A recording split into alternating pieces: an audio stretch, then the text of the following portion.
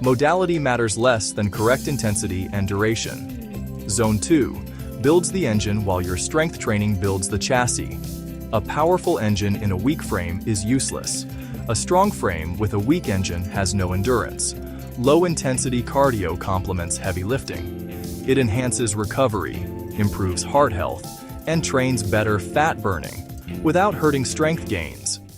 Go slow to get lean. You can have the perfect diet and the perfect training program, but if you neglect sleep and stress management, you will not get the results you want. These are not soft, optional components. They are powerful physiological levers that directly control your hormonal environment.